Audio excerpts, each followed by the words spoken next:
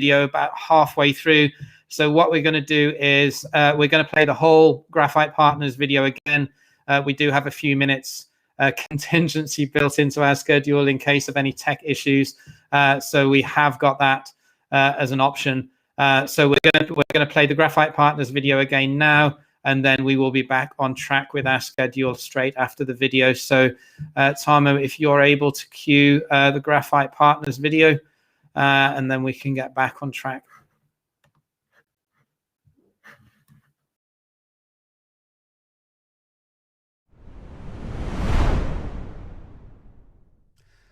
Welcome back, and now is the time to do another interview with one of our ISTF exhibitor sponsors, and this time it's the turn of Graphite Partners, who are a UK service and solutions provider in the technology space. And Steve Brown from Graphite Partners is going to tell us a little bit about their solution and how it can benefit manufacturing businesses specifically. So hello, Steve. Hi, James. Thanks for having me on. Super. Okay, so let's jump in. First of all, just give us a bit of backstory in terms of what is it that your product does. And I mean, I've got a bit of background on this because we've spoken before, but it's very, very versatile, isn't it? So maybe if you can give us a few different spheres that it can be that it can be used in, and then we'll dig in specifically to the manufacturing space and look at a couple of specific case studies there. Okay, so principally, James, we're a workflow solutions provider. So we take companies' existing workflows, and principally in the past, that's been around removing paper and actually digitizing those workflows and leaving companies with ongoing repeatable processes that every member of the team has to follow. What we've seen in the last couple of years is the reduction in price of IoT sensors is driving our business in a slightly different direction. So we are augmenting data that we're currently collating from our customers' manual input with data that's already existing in their process, or by supplementing with new sensors capturing new data, for example, in their production process.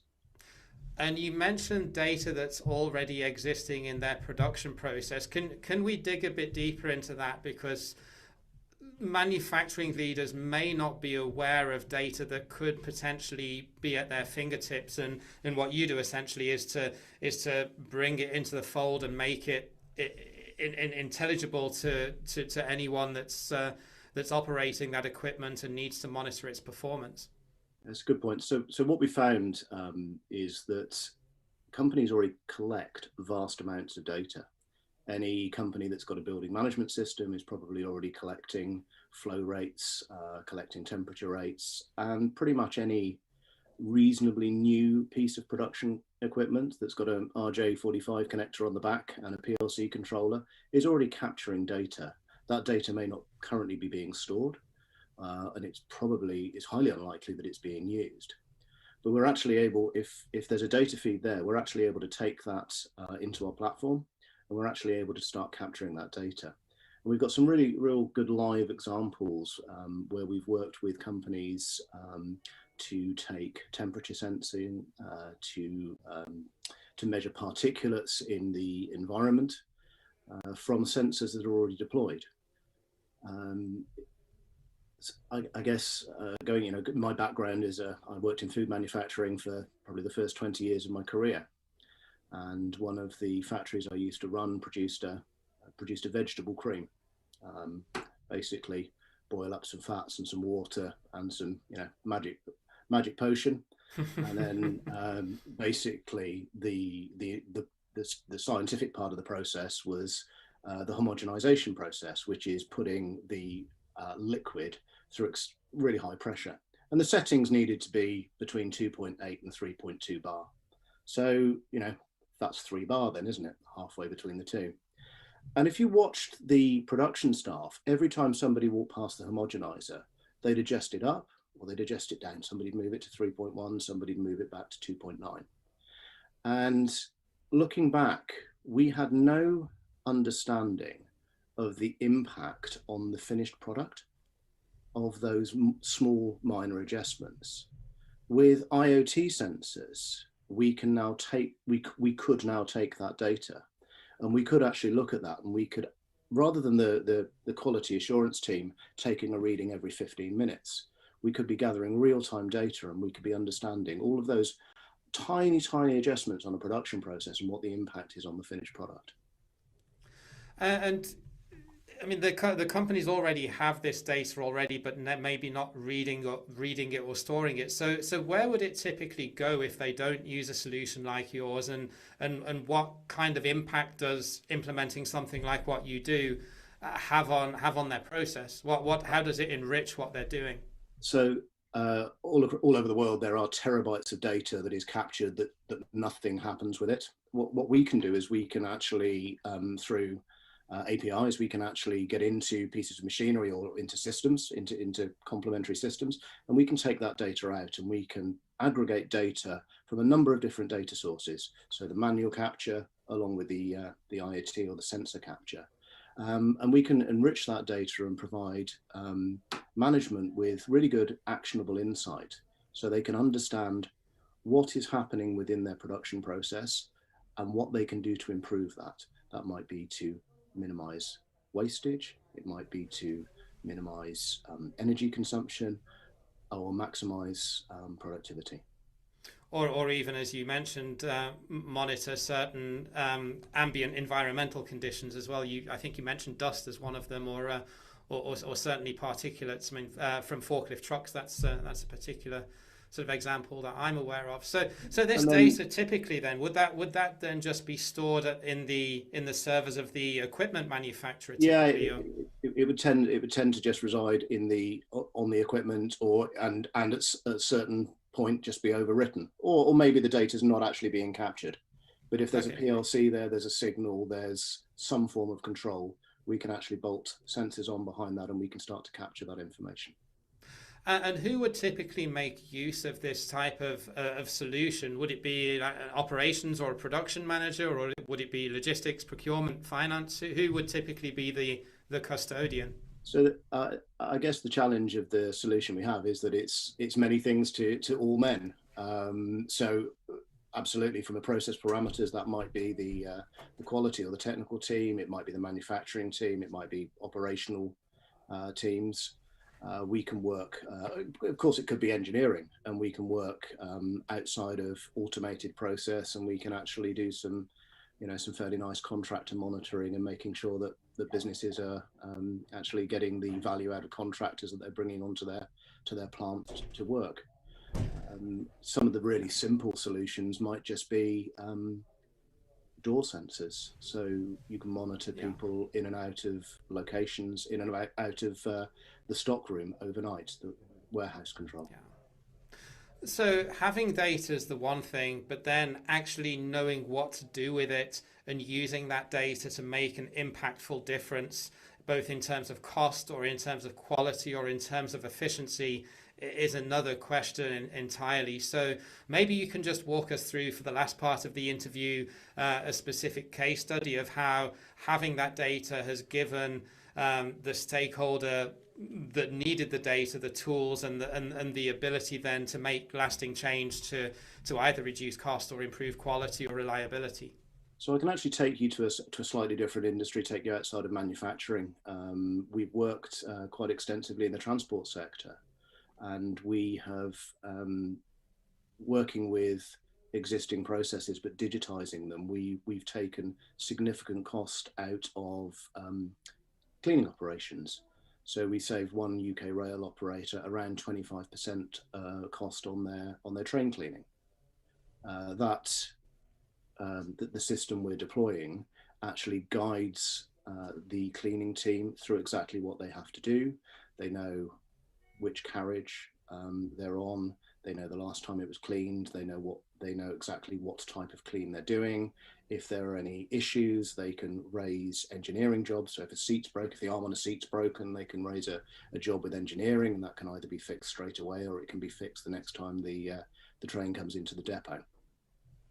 And in terms of payback, in terms of what it costs to implement a solution like this versus the return on investment. What sort of time frame do you typically see amongst, let's just take the average client, not even the most successful one? It's a real challenge to answer that question. So Okay. The solution we deploy is relatively inexpensive, and I'd almost turn it round to our customers to say, what's the problem you're trying to solve and how big is that problem? And that will then obviously then And play then into that how will, quickly it could pay back yeah, in terms of savings or factory efficiency. Yeah. absolutely. Yeah. But for for a relatively modest amount of money, very quickly we can stand a solution up, and that solution will actually work for companies even if they have a a plan over 2 or 3 years to deploy SAP. We can actually go in ahead of that, and we can actually start to capture some of this data, and we can actually start to bring some form of standardization to existing processes. And where our solution is relatively inexpensive, if it just lasts for a while and then the company moves on to a bigger or different thing, that can work really nicely for customers. And certainly among our exhibitor base today at ISTF, we have a lot of sort of smaller and medium-sized companies that are exhibiting at the fair. Do you think that it would also pay back for them as well in their operations? I actually think that small and medium-sized companies have the most to get out of solutions like this. Wow. Okay. I think large companies have probably done an awful lot of process work. Yeah. I think working alongside a company such as Graphite Partners to actually help standardize processes and to improve what's already there can be a real strong benefit to smaller and medium-sized enterprises. And I wouldn't discourage any small company from thinking that they're too small to go and deploy a new piece of technology. That's a really good point, actually, especially in some of the more tighter margin industries. You make a very valid point that a lot of them have already done a huge amount of work on operational excellence. That's not to say there's always places where they can improve, but yeah, you're right. It's often the smaller businesses that don't have that in-house expertise that could potentially benefit. So I'm glad I asked that question, actually. Yeah. Thank you. And it's not always just about headcount reduction. It can be around around other factors also. Okay, so final question. So you're displaying at the exhibition today, and you're one of our bronze sponsors. So you can do the one-on-one video call as well if you want to learn more about Graphite Partners solutions. But after the event, what's the best way that anyone could get into contact with you if they would like to learn more? So easiest way is just to send an email into info@graphite-partners.com. Fantastic. We'd be delighted for one of our team to talk. Steve, it's been a pleasure. Thank you for jumping on an interview with me. Best of luck for the rest of the day. And yeah, keep in touch. All the best. Thanks, James.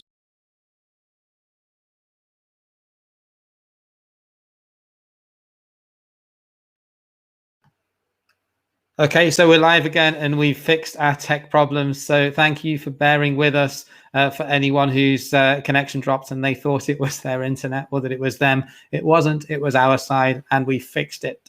So that's Steve from Graphite Partners. We're now going to do a quick walkthrough of the back end of the exhibition. For anyone that's watching on LinkedIn or on YouTube, while you are able to see the presentations and the videos, you're not able to actually go in and view the exhibitors through the live stream, obviously, because you're not on the ISTF website. So if you do want to get access to all of our exhibitors, we have over 205 exhibitors from 9 different countries who are exhibiting today. Then head over to istf.eu. Just pop your email address in the box and click on the button. You will receive a confirmation email that you can click on, and then you're off to the races. So this is what you will see once you get into ISTF. And I'm now going to hand over to Tarmo to just give a couple of minutes, quick presentation of how to navigate through the ISTF website and find who you're looking for.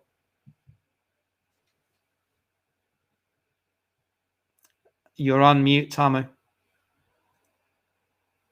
Thanks, James. I'm really thrilled. I mean, there are so many interesting companies here. I mean, from the, let's say, digital solution side, I mean, the Graphite Partners, great example. But also, I mean, well, the main activities are still around the engineering and manufacturing, which is our, there we have most exhibitors. I mean, I would say roughly around 150 or even 160 companies under engineering and manufacturing in different countries. And the easiest way would be, I mean, there are two great ways to, once you are in exhibition hall, there are two good ways to navigate around. Well, one is, well, yeah, you can just basically scroll and see, I mean, who might be interesting, I mean, whose logo is nice and etc. But that might be not so ideal to find your perfect match. Then another one is by country. So there are the countries. So if you want to see, I mean, somebody from Serbia, then I mean all the companies from Serbia are here. I mean, in a filter, and then you're able to see, I mean, what kind of subcontractors there are. Or I mean, the second option is, I mean, you really go to these category tags. There are quite many of these. I mean, so I even the gear wheel. So it's interesting. Oh, we have even a gear wheel. I guess the fine metal is actually they say supply alloys for the gear wheel manufacturing. But again, I mean, it's easiest way to find your companies or your subcontractor is through navigation of these category tags. So galvanization, for example, here the Videoton is offering that one. Aerial is doing that one. And Aerial, I mean, that company has been, I think Serasan did really good job. And I think that Serasan was the person, I mean, who literally every day made some edits on the booth and kind of fine-tuned it, I mean, the text and etc. So a really good job on the Serasan side. I mean, they have also here pictures of what they actually do and etc. So, and once you are in a booth, then you have an option here to, first of all, I mean, go and visit company website. There is a direct link. Secondly, there is an email address. What these companies have put here to, because this is, I mean, the one where they want to get your requests, for example, or just your contact information. Then there is obviously a person here, and Aerial does not have the call here, but let's pick someone here. Let's pick EMS, for example. I can see here with the green dot that, I mean, they are actually online. So Evgeny here is, and Evgeny actually we will have a video from Evgeny as well, right? So, but with Evgeny, you have a possibility to start immediately a call. So if you're interested in what they're doing, I mean, different simulations for mechanical, thermal, vibrational, fluid, and etc., then Evgeny would be the person to talk to. So yeah, I think it's pretty easy to navigate around and find your match. I mean, and it might be that your next long-term subcontractor is actually currently at ISTF waiting for you. Right. So James, was it thorough enough, and then was it clear? Fantastic, Tarmo. Yes, thank you. So that's the tour of the back end of ISTF for anyone that's just joined that wants to get to grips with how to find potential suppliers and all of the different exhibitors. We are now going to take just under half an hour break, and we will be back at 12 o'clock Central European, 1 o'clock Eastern European time with another video from one of our premium exhibitors. This time, as Tarmo said, it is Evgeny from EMS who we're featuring, and that video will be played on the hour at 12 CET or 1 EET. After Evgeny, we're going to have a lunch break, and then we're going to come back with the afternoon presentations. We've got actually throughout the course of the day, a couple of exhibitors reached out to us, and Tarmo and Marius have been busy on their end arranging a couple of live interviews, which we're going to stream after lunch, as well as the presentations from myself and from Procurement Flow. So with that said, we're going to go offline now for about 25-ish minutes, and we'll be back online with Evgeny's video very soon.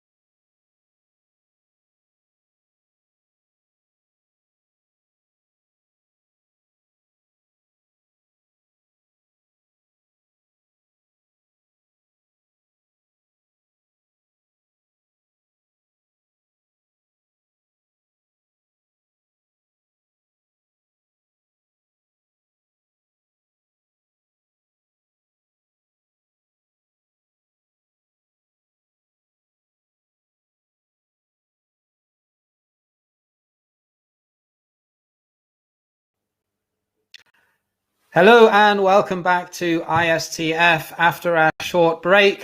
So we're now going to jump to a video from one of our exhibitors, EMS, Every Mechanical Solution. Evgeny is our guest on the interview. He's based together with me right here in Sofia, Bulgaria. This video is the last video of our exhibitors that we're showing before lunch. After Evgeny's video has finished playing, we will be taking a lunch break, and then we will be back online at 1 o'clock Central European time, 2 o'clock Eastern European time, with our afternoon program of activities and interviews. So I can now hand over to the video with Evgeny. Let's roll Evgeny from EMS.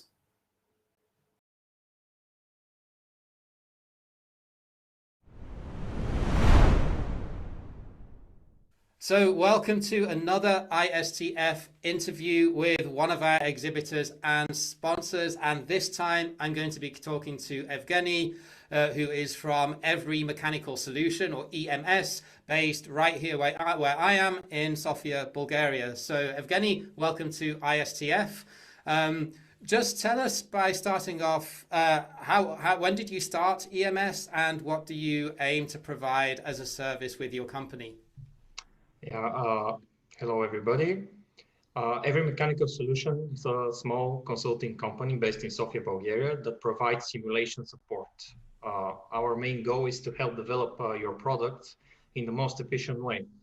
Our team is a small group of experts who specialize in different areas, automotive, aeronautical, industrial, and other. That's why we're capable of covering all the physics of your product regarding simulations. And I guess through what you're doing with the simulation software, it would help companies to identify where there may be potential problems with the design much faster. So I guess the selling proposition for what you do is it helps them get to market and drive sales faster than a normal product design cycle. Is that true? Yeah, exactly. That's one of the main benefits.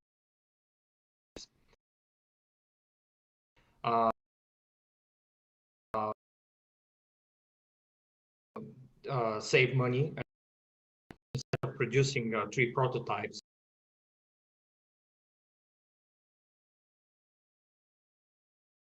in your design, while virtually with simulations. That way, you can produce only 1 prototype, and in addition,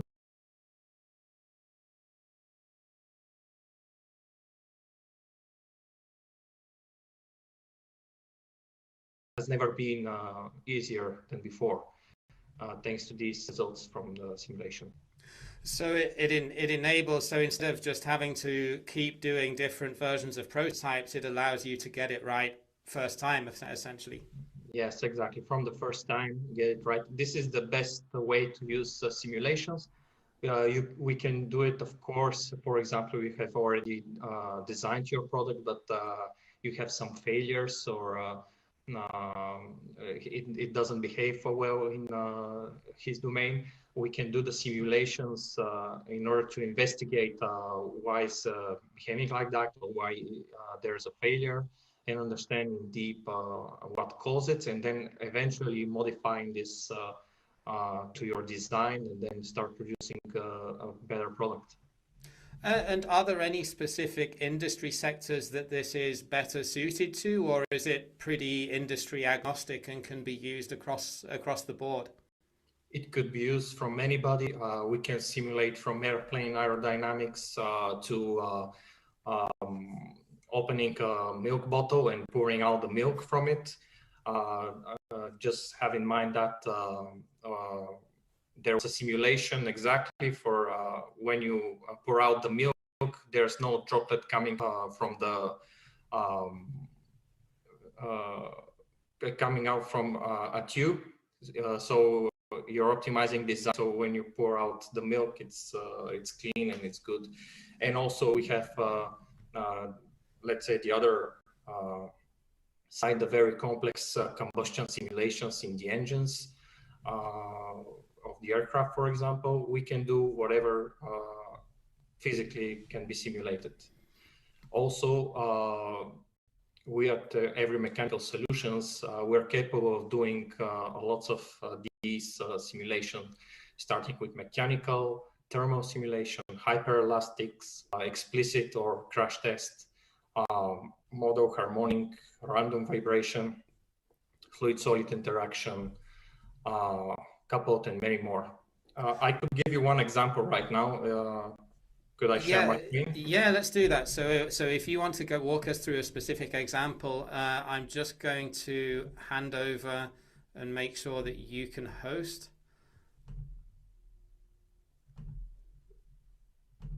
Okay, and you should be able to share your screen now. Okay.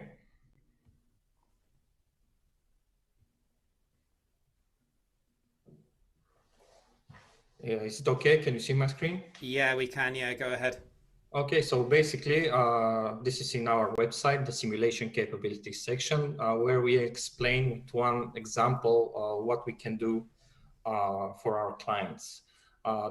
As we discussed earlier, the best situation to use simulation is the early design of your product in order to optimize it and do just one prototype and not many mistakes.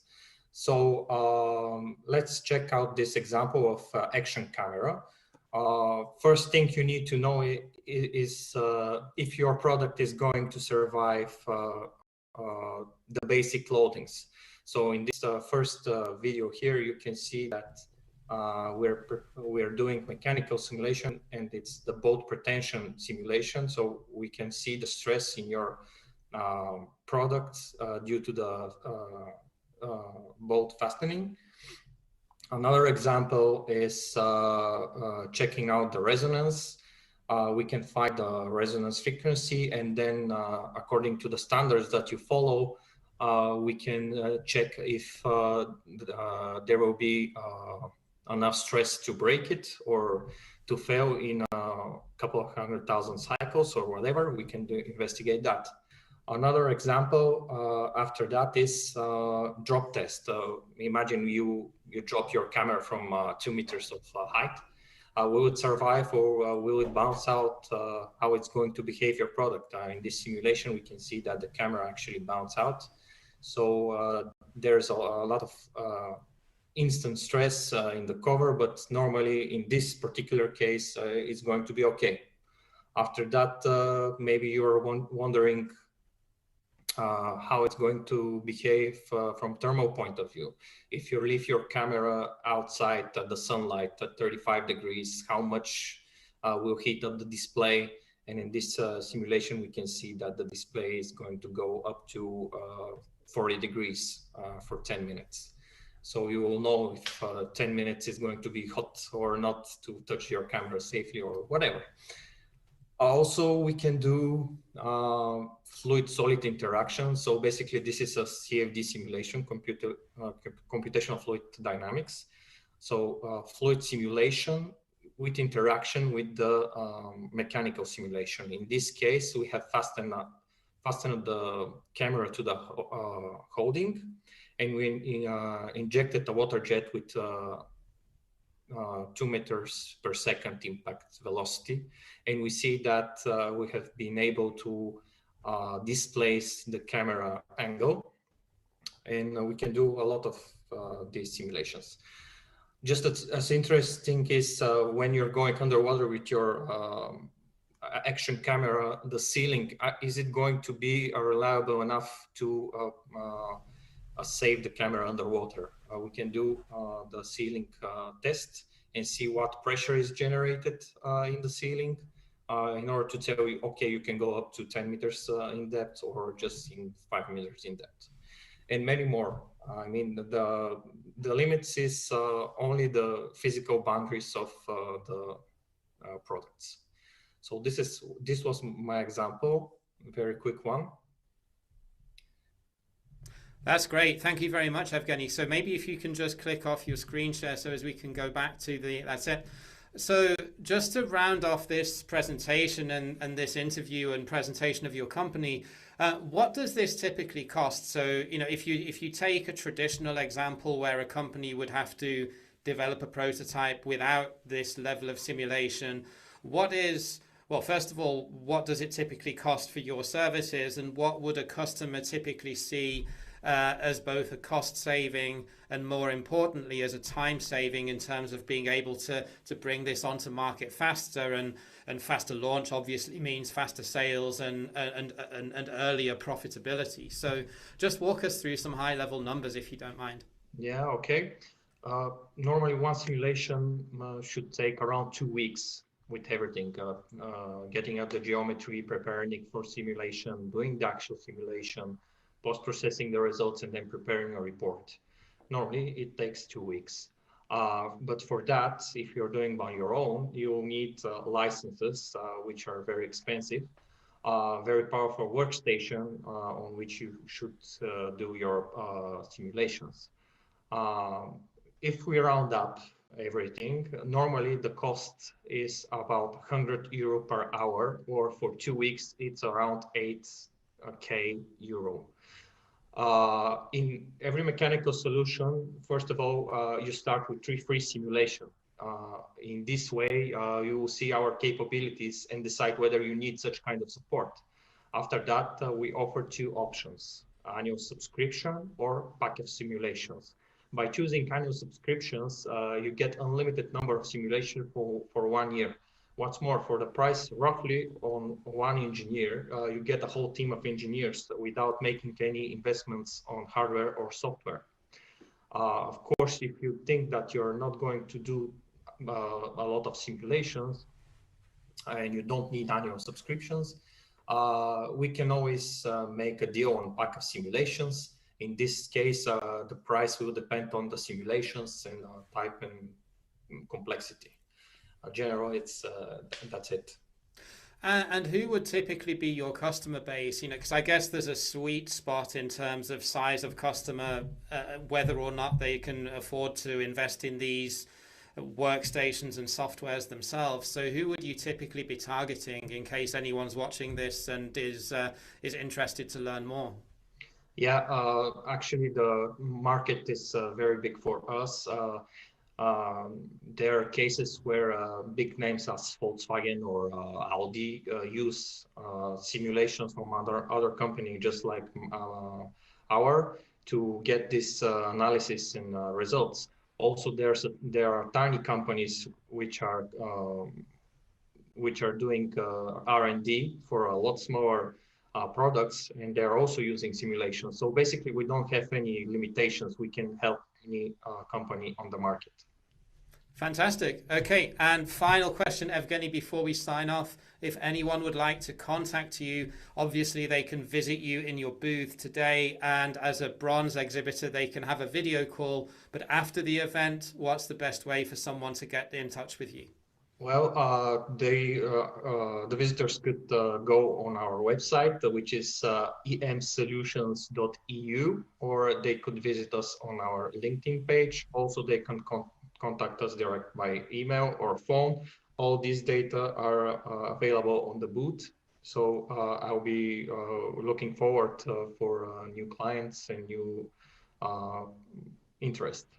Fantastic. Evgeny, thank you for talking to me today. Good luck with the rest of the show. And yeah, best wishes for your venture going forward. Thank you. Thank you very much.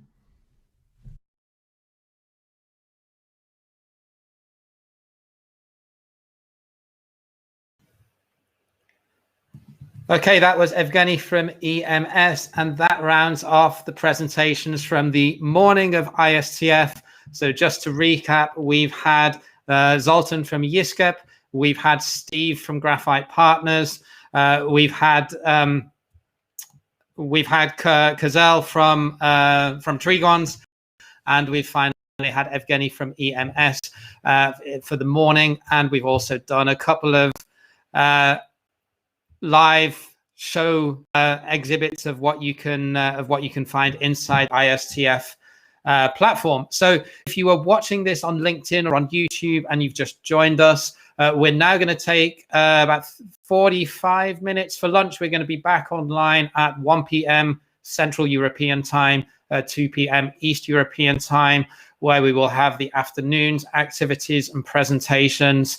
So go and get a bite to eat, go and relax, go and grab a coffee, and we will be back online in 45 minutes. When we do come back, we will also do another quick tour through the back end of the platform, as well as if anyone is joining us from the first time, maybe even some visitors from North America, as that side of the world starts to wake up. We'll also do a quick introduction to what ISTF is and what you can expect to get from it throughout the course of the day for anyone that may have missed our morning sessions. So speak to you again after lunch and chat to you soon.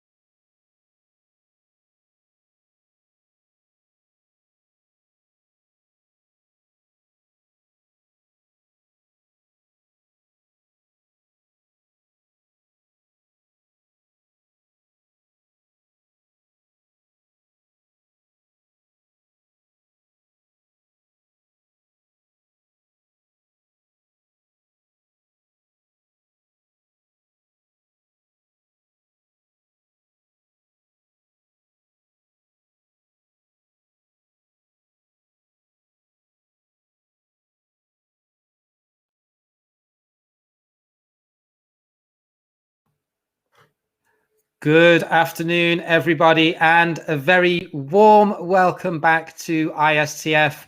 I hope you had a good break, managed to get some lunch and grab a coffee, maybe go and take a quick walk and feel a little bit more refreshed. So we're back now with our afternoon session. We've got a couple of interviews and a couple of presentations that we're going to bring you, as well as another couple of intermediary walkthroughs around the back end of ISTF, so as you can have around the front end, sorry, of ISTF, so as you can have a look at what the interface looks like and how you can find and search and filter for potential suppliers that you may want to meet throughout the day. So if anyone has just joined us, ISTF is a virtual trade fair featuring over 205 exhibitors from 9 different countries. We have exhibitors from Serbia, Croatia, Bosnia, Albania, North Macedonia, Greece, Hungary, Bulgaria, and Romania. So lots of different countries right here in Southeast Europe where we have exhibitors exhibiting from today. If you haven't yet gone in and you're watching this on LinkedIn Live or on YouTube, then one of the things that you will need to be aware of is that you will not be able to go in and search for the exhibitors from the live stream. This is only streaming the presentations and the moderation. Any supplier searches or initiating any discussions or contact with the exhibitors themselves, you will actually need to do on the ISTF platform. So if you are watching this and want to go and take a look over there, then go to istf.eu. You will just need to pop in your email address. You will then receive a short confirmation email with a link to click on. Once you click on that link, you're registered and you're in there, and you can browse and find suppliers and go ahead and contact them. So, I also realized that we are now at 2 p.m. Eastern European time, 1 p.m. Central European. So we may start getting people joining us from North America. If anyone from the US and Canada is joining us, it's early in the morning over there right now. So also just sweeping up anyone that we may have not already covered with the sort of welcome broadcasts. So now that we've covered that, we're going to go to our first interview, which is from, just looking there. Okay, yeah, he's coming on live now. So it's Marcus Try from Amper Engineering. Amper is an engineering company based in Estonia who provide engineering services, all sorts of different engineering services to manufacturing industry. Marcus, hi, good afternoon. Good afternoon. Hello, everyone. Very nice to be here. And, that's a very expensive looking pair of headphones that you've got. Thank you. We take everything here in Amper seriously, and because we are next to our manufacturing unit, the noise cancellation really helps to concentrate and bring down the noise.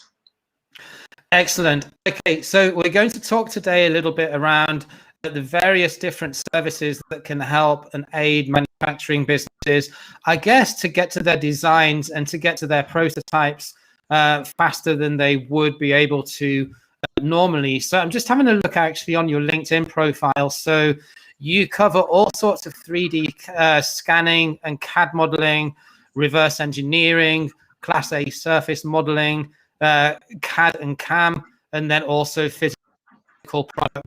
I assume that's more sort of rapid prototyping. So if you just want to give us a quick walkthrough, I can see that you're sharing your screen. So I'll hand over to you, Marcus, and let you take hold of the show. Yes, thank you very much. So basically, just a short introduction to our small company. We are based in Estonia. We started our business actually in 2011, and the 3D scanning was our main service that we were offering. And we sort of grew out of it in one point. And now the different kind of additional services are now added to the service package that we have. Along that, we do all sorts of modeling, design modeling, along with the solid modeling, and we also do 5-axis CNC milling. We don't do all different kind of materials, but surely focusing on aluminum. And our in-house team can carry through various parts of reverse engineering and prototyping. For instance, if you have a classical Ferrari and you make a little accident and you accidentally bent a control arm, which would be hard to find, we can easily 3D scan the bent object and correct it digitally in the computer and mill it out from the block of aluminum, all in the same facility. So this is very briefly how one of the potential use cases would be in our house. But we also do all sorts of simulations, aerodynamic simulations, strength simulations, all sorts of things that you can do nowadays with the computers. So 3D scanning we also use for digital quality control for the various products or manufacturing. For instance, we are able to scan parts that are size of a wrench, and we have also scanned an airplane. So we can the scale what we can do with our current machinery is quite wide. So as far as the quality control goes, we can measure different kinds of objects and compare them with a digital model in the computer, making sure that the products are what they should be. So, and also the products that are maybe quite hard to measure. For instance, we have customers who are manufacturing luxury yachts. So once they produce the whole body of the yacht, how do you measure that everything is correctly manufactured? So it's relatively easy to 3D scan the whole thing and just use the scanning data to compare it with the actual model. So yes, I could say that we have very deep knowledge in a 3D scanning and modeling. Our CNC manufacturing has been happening, let's say, last 2 years. We have just recently upgraded our CNC milling station. And nowadays we use Hermle C32 5-axis continuous milling station with a HS Flex pallet system. This allows us also to do small patch manufacturing, let's say patches that are 50 to 100 pieces. And we can easily switch back to prototyping quite fast with the current setup that we have, and we are looking to build some awareness, and that's why we were very interested to join this venue this year. So yeah, this is briefly what we do.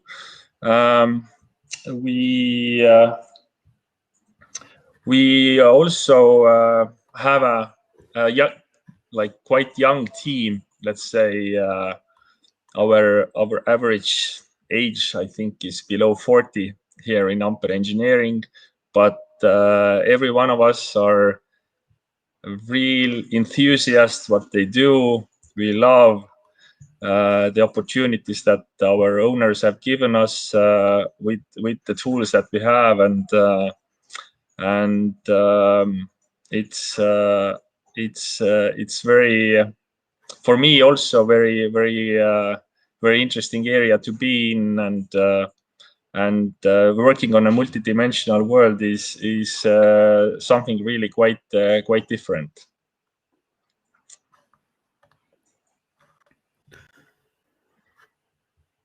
So yeah, I could answer some questions maybe from our listeners, or maybe James, you want to ask me? Yeah, we're not actually able to. Actually, no. Yeah, if anyone is able to post a question, then please do. I'm not quite sure how this would work. I think if you're in there and you're in the chat, you should be able to, or leave a comment on LinkedIn, and we can pick it up certainly, or on YouTube. There's not a function to be able to post chat actually inside ISTF, but we can get questions from LinkedIn and from YouTube. My question, Marcus, would be which you mentioned yachts. What are the other industries that you're targeting, or where your key client base currently comes from? The 3D scanning service is used on various areas, from the yacht manufacturing, from heavy metallurgy, where certain areas have to be quite accurately measured. But we also see ourselves moving, or at least our focus is more on the CNC, low volume manufacturing for the, let's say, more complicated parts. We don't want to, or we actually can't compete in terms of our setup with high volume manufacturing, but we can do complicated parts for various industries, industries that need parts made from like certain materials, and are let's say have a complex design that demands a 5-axis milling. Areas like I would say medical devices, some components that basically are low volume, but let's say hard to make, or need high-end product development, high-end accuracy once these are manufactured. I think this is the area where we are currently going with our business right now. And that makes a lot of sense, because I mean, if the high volume would typically be more geared up to industries such as automotive, I guess, whereas what you're doing fits a different niche, which is obviously a higher technical complexity, also tighter tolerances and challenging materials. And you mentioned medical devices as just one. So if you need to source a complex part that has a special, or that has very tight tolerances, then Marcus and Ampere Engineering with their 3D scan and prototyping capabilities are the guys you should be reaching out to. So Marcus, thank you very much for joining us today. It was a pleasure learning a little bit more about your company. Wishing you every success for the rest of today. And now back to the show. Thank you very much, and see you soon. Bye. Okay, that was Marcus from Ampere Engineering, and he's also exhibiting today and is one of our premium exhibitors. So you can go in and do a live one-on-one call, video call with Marcus if you need to. to learn more about what they're doing. So what we're now going to do, if Tarmo is online, is to just do another quick run through of the exhibition interface for anyone that's just joined us. Then we will have a short break for about 10 minutes, and then we will be back with a presentation from my friend and fellow organizers of today's show, Procurement Flow. So Tarmo, are you with us to do a quick walkthrough? Yes, you are. Hi. Okay. You're on mute. As usual, right? So hey, James. Yeah, very interesting. I mean, to hear from Markus, and for me, although I'm from Estonia, it was completely new company to me. So this Ampere services, I mean, it's 3D scan. I haven't heard it before, but I mean, definitely interesting stuff that they do. And as mentioned, Markus is available for the direct calls as well from the booth. Meanwhile, also over the lunchtime, I actually made a walk around with the stands. I had a pretty good discussion with Symph Electronics, with Cello, with Femsolve. I mean, they are all there. I mean, and really, we're really happy. There has been activities on the booth, and yeah, it's seems to be a day full of activities here in ISTF. And also Trigons. I mean, the composite manufacturer we had. I mean, or we have. I mean, it's yeah. I mean, let's say automotive, energy, and are the main, and also marine are the sectors that they are working with. So yeah. Also, feel free to drop by and discuss with Gozell. Gozell was fully available over the lunch. So and yeah, when you are in ISTF, the main site, then let me put it up here. Then you are logged in as a visitor. Then you have a following view in front of you. I mean, all the booths are displayed here very nicely. So let me actually bring up. I mean, some of them will have here. We have Aurox here. Aurox, Dominica. I think Dominica is not available for a direct call, but anyhow, if you are in a booth, then what you're able to do is you're able to, first of all, I mean, there is a direct link, heads to the company website, landing site. Then there is their email, which then, I mean, obviously you're able to send an email and then get an answer, because this is, and the good thing here is that, I mean, these emails were now, I mean, well, exhibitors during the past 2 or 3 weeks, they have edited this, so it's actually everything is valid.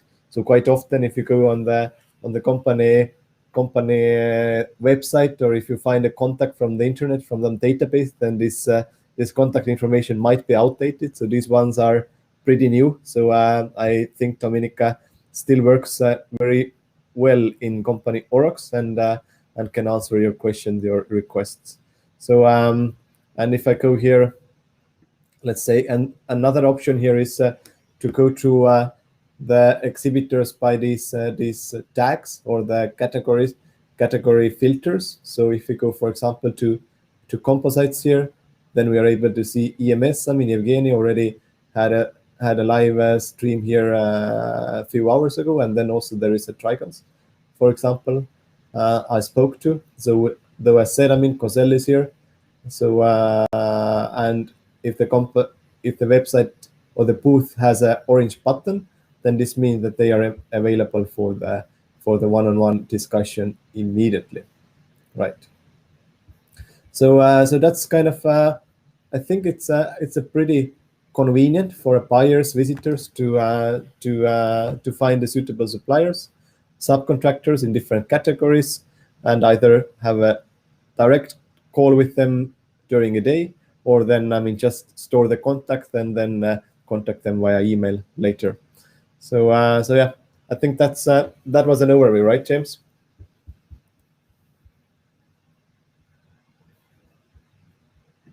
Yes, it did. Sorry, I was on mute. Yeah, that's perfect, Tarmo. Thank you very much. So what we're now going to do is have 10 minutes break, and then we will be back to welcome Tarmo again to do a presentation on his company, Procurement Flow, which we will do at 2:30 East European time or 1:30 Central European. So we will be back in 10 minutes.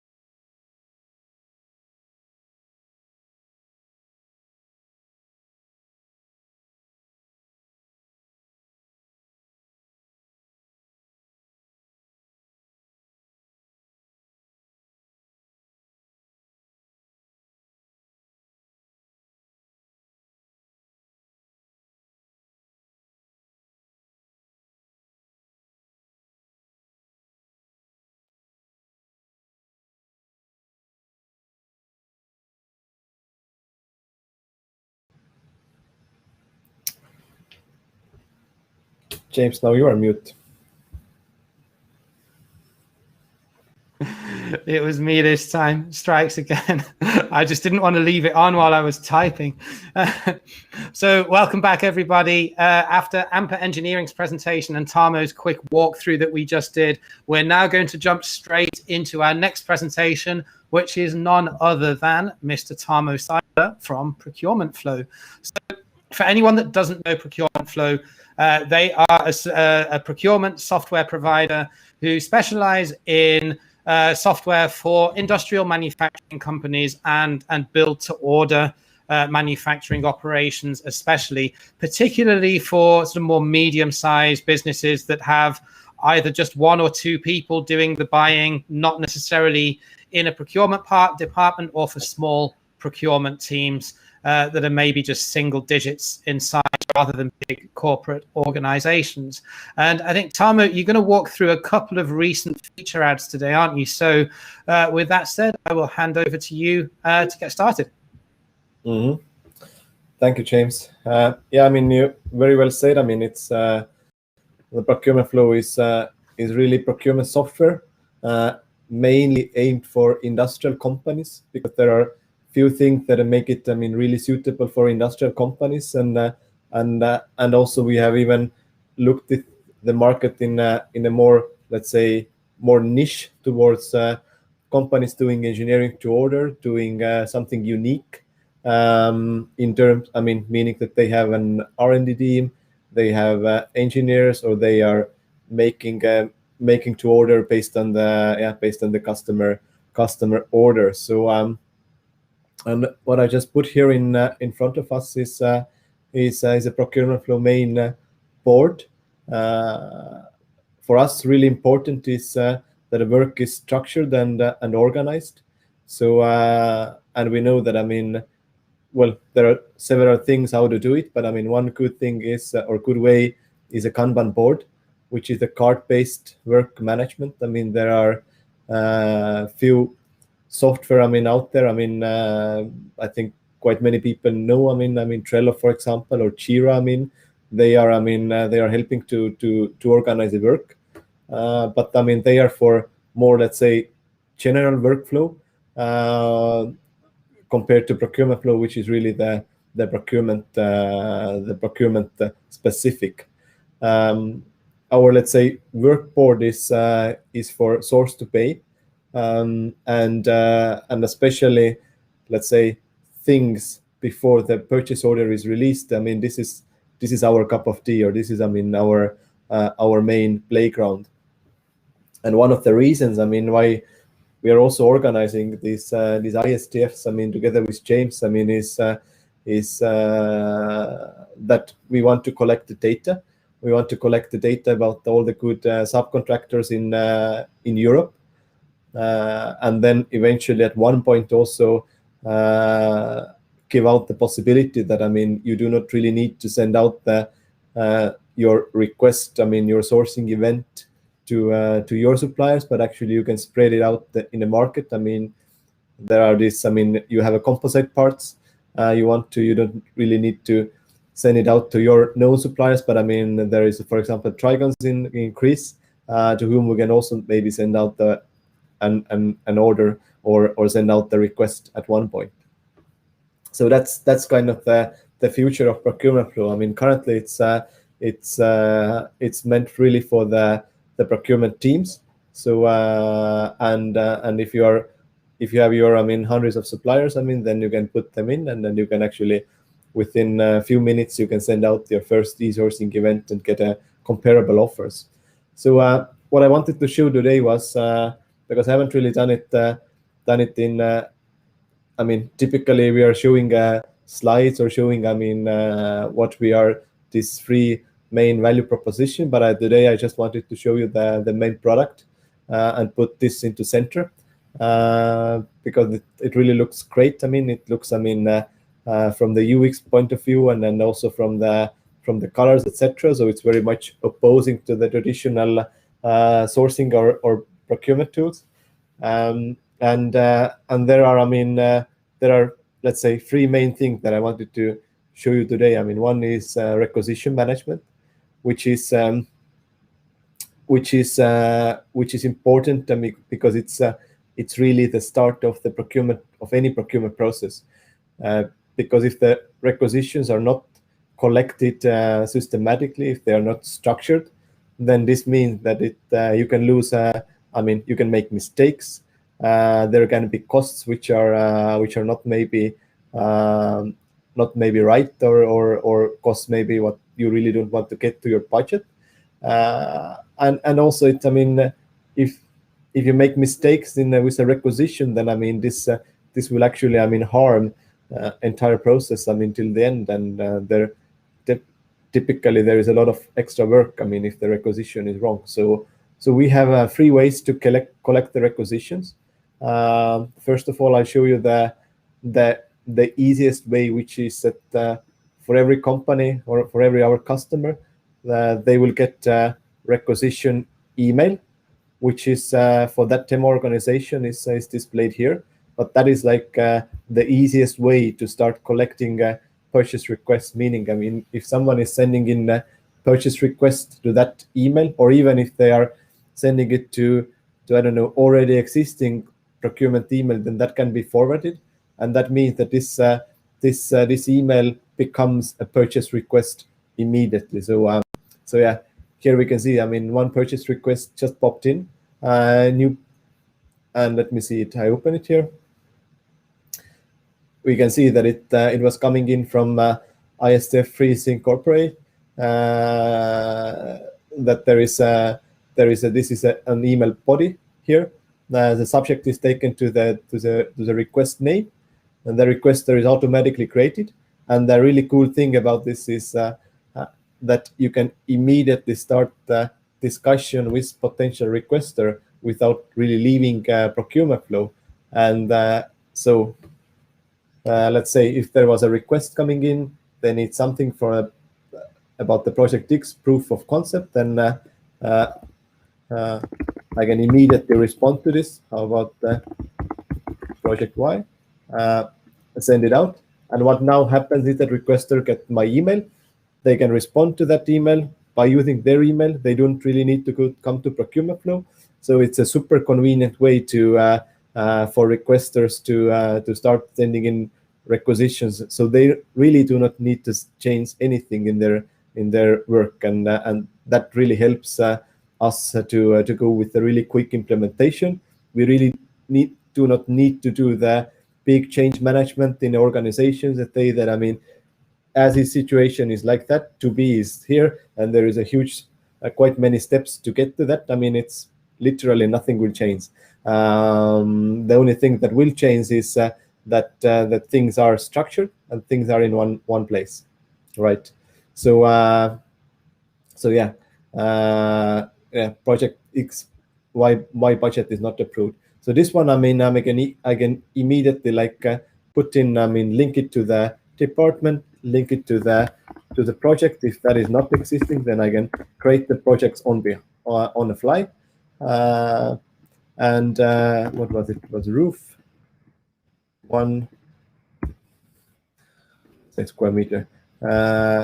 Save it here, and literally the request is made. So it's that simple. Of course, I can put more details here.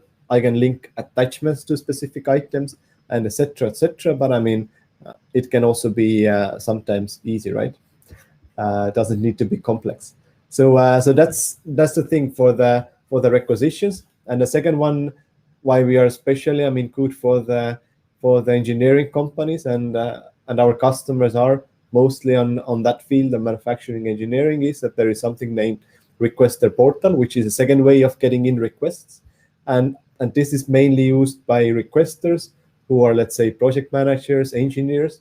So what they can do is, they will get the same form here, what they can fill in, but we have something named bill of material support.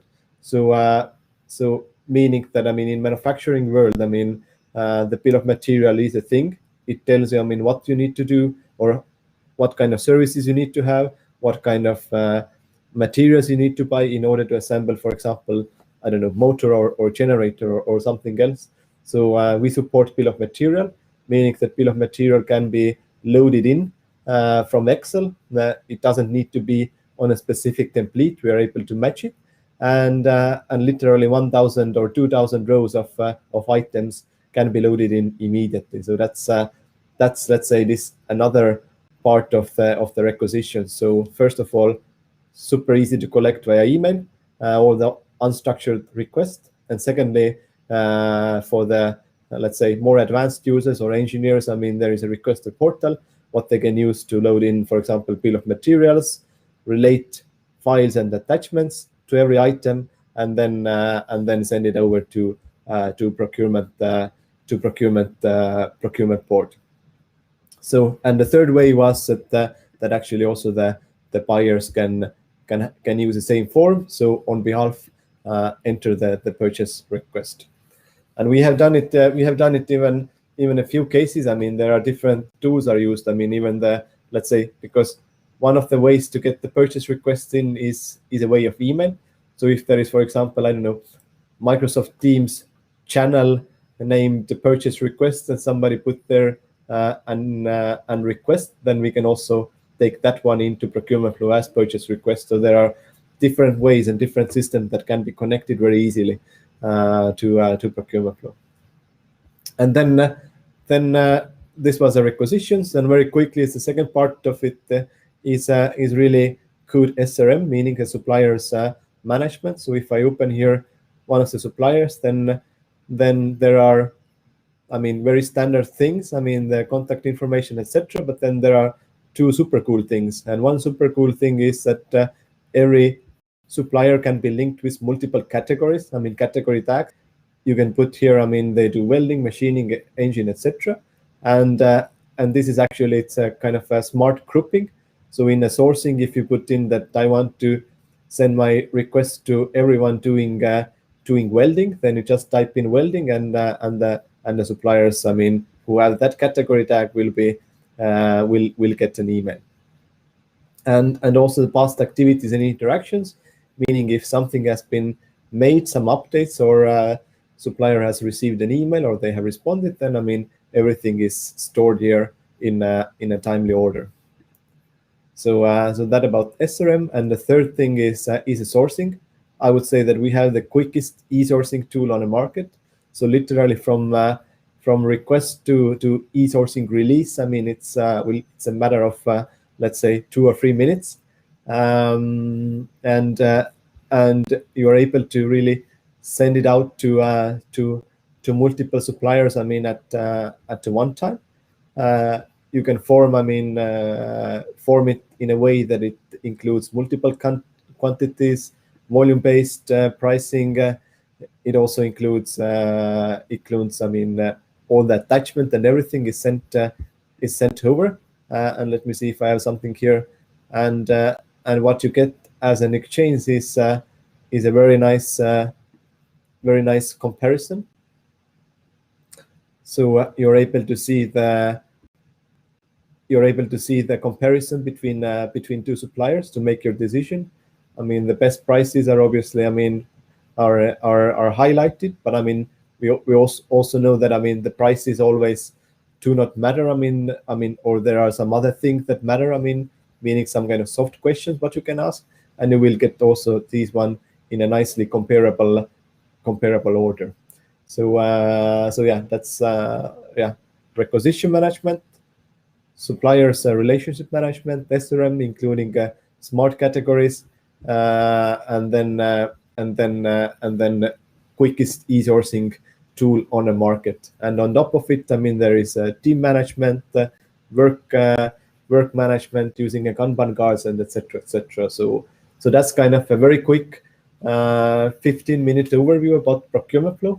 But I think it's at this point decided to do it so that actually showing the product, not some slides, but I mean showing it how it looks like, and give you some kind of look and feel. So if there is an interest, then definitely contact me via LinkedIn, or just, I mean, go to procurementflow.com and sign up, and then you will get an account to work around for it in procurement flow. So yeah, that was procurement flow. All right, back to you, James. Thank you very much, Tarmo, and apologies for scratching around a little bit during your presentation. I lost my audio, so I hope everyone can hear me okay. Yeah, good. So we're now going to take a 15-minute break, and then after that, we will be back with a final walkthrough of the platform, followed by a presentation from me on the services that I offer through my business with procurement consulting. So quick 15-minute break. We will be back at 3 p.m. Eastern European, 2 p.m. Central European time for the final presentation of the afternoon. And then after that, we will be wrapping up, although the platform itself on ISTF is going to be open throughout the rest of the day until midnight Central European time. So anyone wanting to go in and browse suppliers and look at the different service providers that are exhibiting today can do so until midnight. Although those exhibitors that are live online today and are responding to all of the messages, realistically, they're probably only going to be online until sort of 5, 6 o'clock this evening. I think it would be a bit unreasonable to expect them to be on until midnight when after most exhibitions, what usually happens is you want to go and drink wine as soon as around 6 p.m. comes and the exhibition hall starts to empty. So yeah, we will see you again in 15 minutes, and we're going to go offline now and catch you again in a few minutes.